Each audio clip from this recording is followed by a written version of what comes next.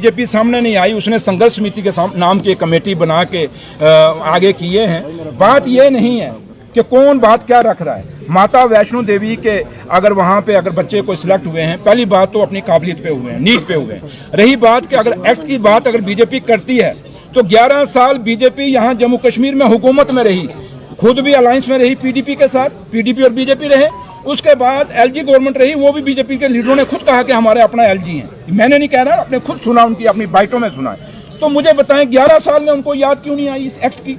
आज जब उमर अब्दुल्ला सरकार है उस पर ये इल्जाम लगा रहे हैं कि जनाब इन्होंने, जबकि हमने नहीं, यूनिवर्सिटियों का चांसलर कौन है? एलजी साहब हैं। यूनिवर्सिटियां किसके अंडर हैं? एलजी साहब के अंडर हैं। तो बीजेपी फिर एजुटेशन किसके खिलाफ कर रही है? एलजी साहब के खिलाफ कर रही है, क्योंकि उमर अब्दुल्ला सरकार को तो यूनिवर्सिटियों में रोल ही नहीं है। आप लोग सब पढ़े लिखे जर्नलिस्ट हैं और आप सीनियर जर्नलिस्ट हैं, आप थोड़ी खोज कर लें कि यूनिवर्सिटियों का चांसलर कौन है।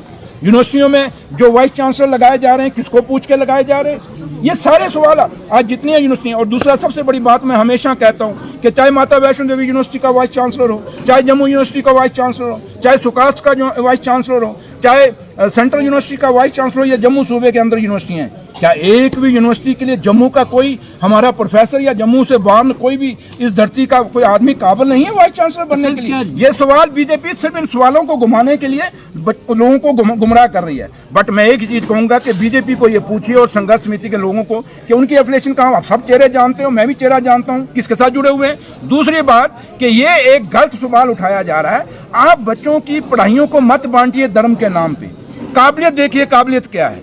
एक शहर बीजेपी का अपना बात कहती है कि हम क्वालिटी पे बात करते हैं, हम क्वांटिटी पे बात नहीं करते। तो अगर क्वालिटी की बात करते हैं तो बीजेपी को पूछिए कि आपको ये जो आप बात उठा रहे हो, ये क्वालिटी की कर रहे हो, किसकी कर रहे हो? अगर जो बच्चे चुन के आए हैं, क्या वो पिक एंड चूज हैं? क्या वो सिलेक्टेड हैं? वो तो एक एग्जाम पास करके आए, एक नीट एग्जाम पास करके आए। इसलिए जहां तक एक्ट का ताल्लुक, मैंने आपको साफ कहा कि 11 साल थोड़े नहीं थे अगर एक्ट को चेंज करना था, वो एक्ट को। और माता वैष्णो देवी श्राइन बोर्ड का चेयरमैन कौन है? ये सवाल तो आप बीजेपी से हमें क्यों पूछते हैं बार बार? क्योंकि हमें पता है कि हमारा रोल कितना, और आप लोग जानते हैं। और मुझे समझ नहीं आती जम्मू के मीडिया की कि आप हमें बार बार घेरने की कोशिश क्यों करते हैं, क्योंकि आपको पता है कि वो माता वैष्णो देवी श्राइन बोर्ड का चेयरमैन कौन है, यूनिवर्सिटी का चेयरमैन